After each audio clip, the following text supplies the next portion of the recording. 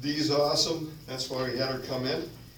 First handout was just a reiteration. We started talking about some hormones.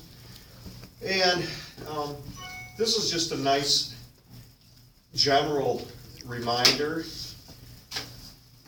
The MD says, plainly, hormones are chemical messengers that are secreted directly into the blood, which then carries them to the organs and tissues of the body to exert their functions. There are many types of hormones that act different aspects of bodily functions and processes.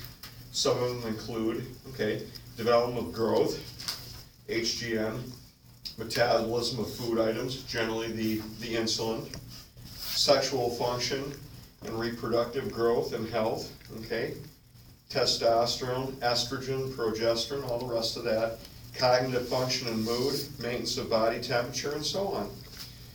And like I said, why have this? Where are they secreted from? And last night we touched on that, because the adrenal glands, like I said, for instance, those are found on the top of your kidneys of all places. So they're not all in your brain that you might think. So the pituitary and pineal are in the gland. Thymus and thyroid, now adrenal glands on the kidneys, of course, the testicles and the ovaries. So again, just human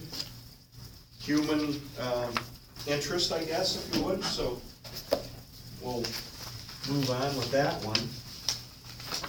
And I got one to Makisha there. Okay.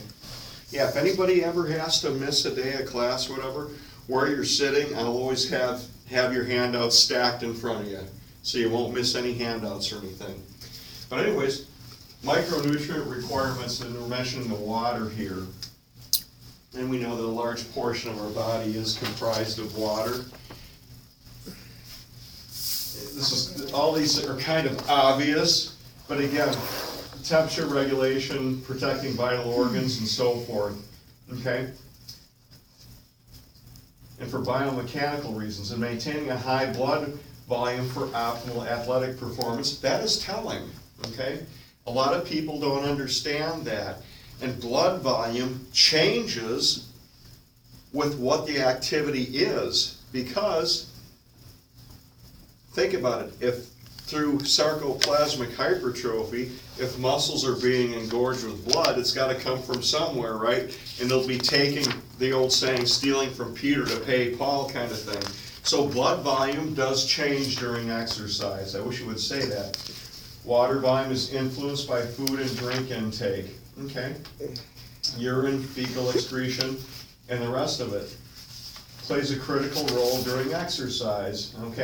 Dehydration means that's the loss of bodily fluid, and usually the form of water. And then hyponatremia, severely reduced blood sodium concentration can lead to encephalopathy. Now, hyponatremia means too much water. Now, gang, I'm gonna rock your world maybe.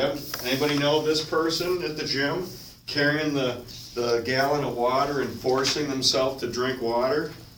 Everybody seen that? Do you know how asinine that is? It's crazy. You're laughing, Tamela. Were you one of those people forcing yourself to drink water? I drink a gallon a day.